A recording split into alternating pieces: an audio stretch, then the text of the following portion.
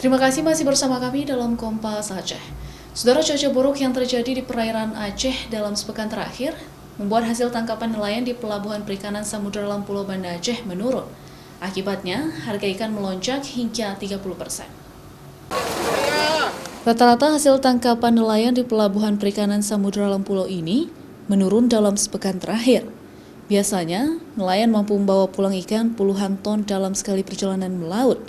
Namun dalam kondisi cuaca buruk, bot-bot nelayan hanya membawa beberapa ton ikan saja.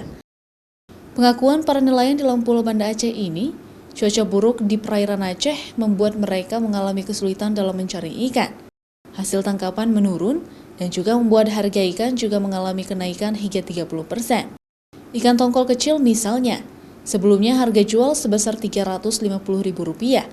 Saat ini sudah melonjak hingga Rp500.000 per keranjang.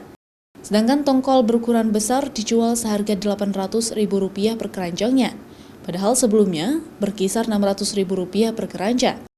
Demikian juga dengan jenis ikan lainnya, seperti ikan rambu yang sebelumnya dijual dengan harga Rp35.000 per kilo, kini melonjak hingga Rp50.000 per kilogramnya. Harga ikan sekarang mulai naik karena angin kencang.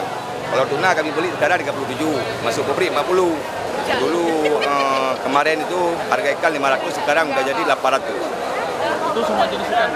Mana? Semua jenis ikan? Enggak, tentu yang kita lain-lainkan aja. Tongkol? Ya, tongkol itu lain, dentis lain.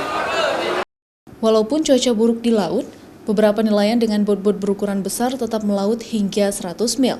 Cuaca yang tidak bersahabat tersebut mempengaruhi kualitas ikan yang ditangkap. Secara tekstur, ikan menjadi rusak karena goncangan kapal akibat cuaca buruk.